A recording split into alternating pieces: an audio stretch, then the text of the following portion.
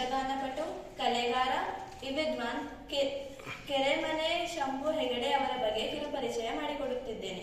ಕೆರೆಮನೆ ಶಂಭು ಹೆಗಡೆ ಅವರು 1938ರಲ್ಲಿ ಉತ್ತರ ಕನ್ನಡ ಜಿಲ್ಲೆಯ ಕೆರೆಮನೆ ಗ್ರಾಮದಲ್ಲಿ ಜನಿಸಿದರು. ಇವರ ತಂದೆಯ ಹೆಸರು ಕೆರೆಮನೆ ಶಿವರಾಮ ಹೆಗಡೆ. ಅವರು ಕೂಡ ಯಕ್ಷಗಾನದ ಪ್ರಸಿದ್ಧ ಕಲಾವಿದರಾಗಿದ್ದರು. ಯಕ್ಷಗಾನ ಎಂಬ ಜನಪದ ಕಲೆಯ ಕ್ಷೇತ್ರದಲ್ಲಿ ಅವರ ಹೆಸರು ಎಂದಿಗೂ ಅಕ್ಷರಶಃ ಅಮರವಾಗಿದೆ.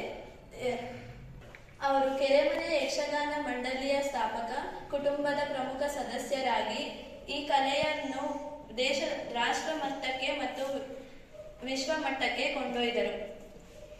ಕುಟುಂಬ ಪರಂಪರೆಯಾಗಿದ್ದ ಯಕ್ಷಗಾನವನ್ನು ಅವರು ಹೊಸ ರೂಪದಿಂದ, ಹೊಸ ಆಲೋಚನೆಗಳಿಂದ ಜನರಿಗೆ ಪ್ರದರ್ಶಿಸುತ್ತಿದ್ದರು.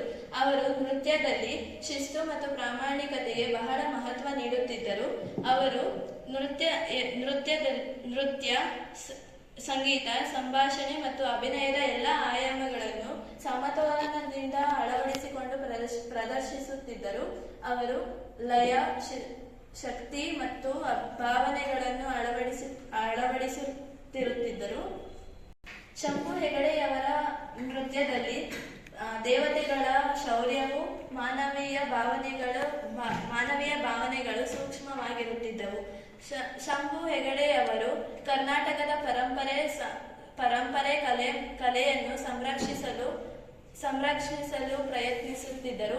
ಅವರು ಯಕ್ಷಗಾನವನ್ನು ನೂತನ ತಲೆಮಾರಿಗೆ ಪರಿಚಯಿಸಲು ಶ್ರಮಿಸುತ್ತಿದ್ದರು ಮತ್ತು ಅವರು ತರಬೇತಿ ಶಿಬಿರಗಳನ್ನು ಹಮ್ಮಿಕೊಂಡು ವಿದ್ಯಾರ್ಥಿಗಳಿಗೆ ತರಬೇತಿ ಕೊಡುತ್ತಿದ್ದರು. ಇಂದಿಗೂ ಸಹ ಅವರಲ್ಲಿ ತರಬೇತಿ ಪಡೆದವರು ಬಹಳ ಮುಖ್ಯವಾಗಿ ಯಕ್ಷಗಾನ ಕಲೆಗಾರರಾಗಿದ್ದಾರೆ.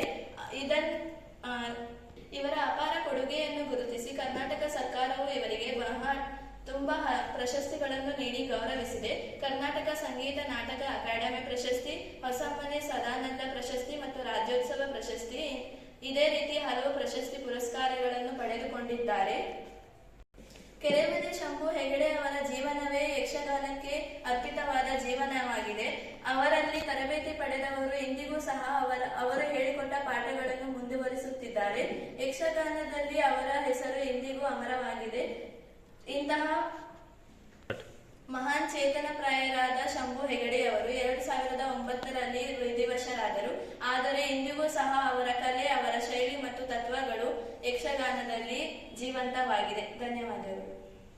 ನಮಸ್ಕಾರ, ನನ್ನ ಹೆಸರು ಗಹನ. ನಾನು 9ನೇ ತರಗತಿಯಲ್ಲಿ